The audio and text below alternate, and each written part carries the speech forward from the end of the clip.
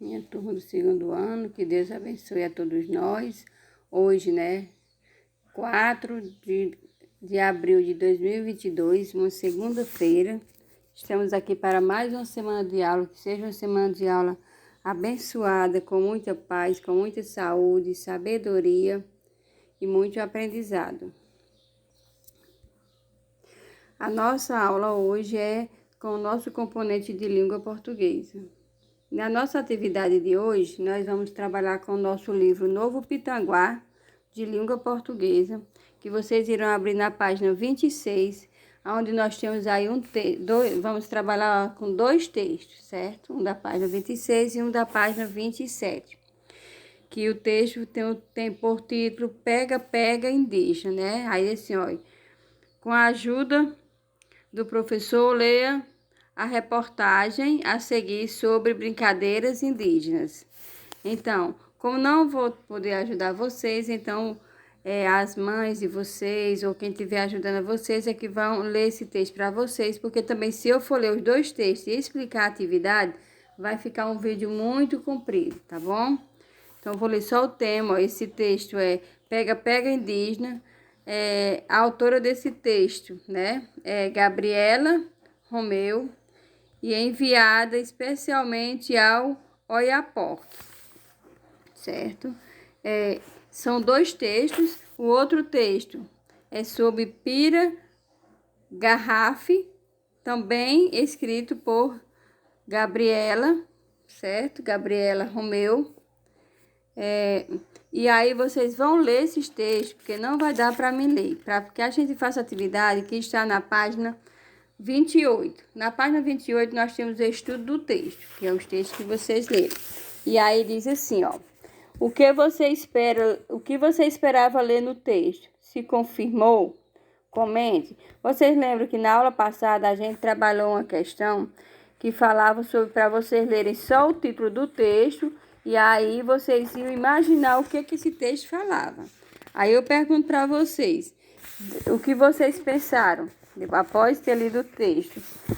Se confirmou? Aí vocês vão dizer sim ou não e comentar. Na segunda questão, qual é o assunto do texto lido?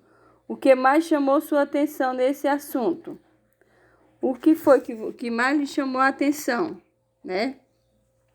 nesse texto? Na segunda, quem escreveu esse texto? Que foi quem eu falei lá, a autora do texto. Onde você encontrou essas informações? Se vocês observarem, no primeiro texto, está no início do texto, Gabriela Romeu. E no segundo texto está embaixo, aqui no finalzinho, onde tem umas inscrições, aí está mostrando. Quarta questão. O texto que você leu é uma reportagem? Marque um X na resposta que indica a função de texto como esse. O texto que você leu é uma reportagem. Qual é a função da reportagem? Informar o leitor sobre fatos verdadeiros, contar para o leitor histórias divertidas, Então, nós sabemos que quando se tem uma reportagem é porque está falando de uma história verdadeira, não é assim? Na quinta questão, marque um X na opção que indica onde podemos encontrar reportagem. Em jornais, livros e gibis? Ou em jornais, revistas e na internet? Sexta questão, a imagem que acompanha o texto mostra que vivem os palicures. Circule o nome. Onde vivem os palicures? Circule o nome desse tipo de imagem. É um gráfico, uma tabela ou um mapa? Sétima questão. Você acha que esse recurso é importante para complementar as informações do texto? Por quê? Sim, quando se tem um mapa, ele ajuda muito a localizar os locais, os estados, os municípios e aonde a pessoa possa estar, certo? Oitava questão. Complete o quadro a seguir com as informações sobre os meninos do texto. Você vai botar o nome dos dois meninos e a idade de cada um. Onde os irmãos moram? Aí você vai dizer. Nona questão. Os nomes dessas crianças são parecidos com o nome das crianças da sua turma?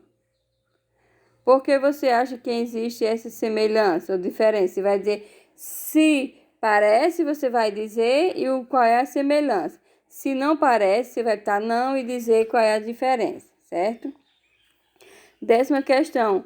O texto diz que os irmãos têm o Brasil na paisagem que aparece na sua janela.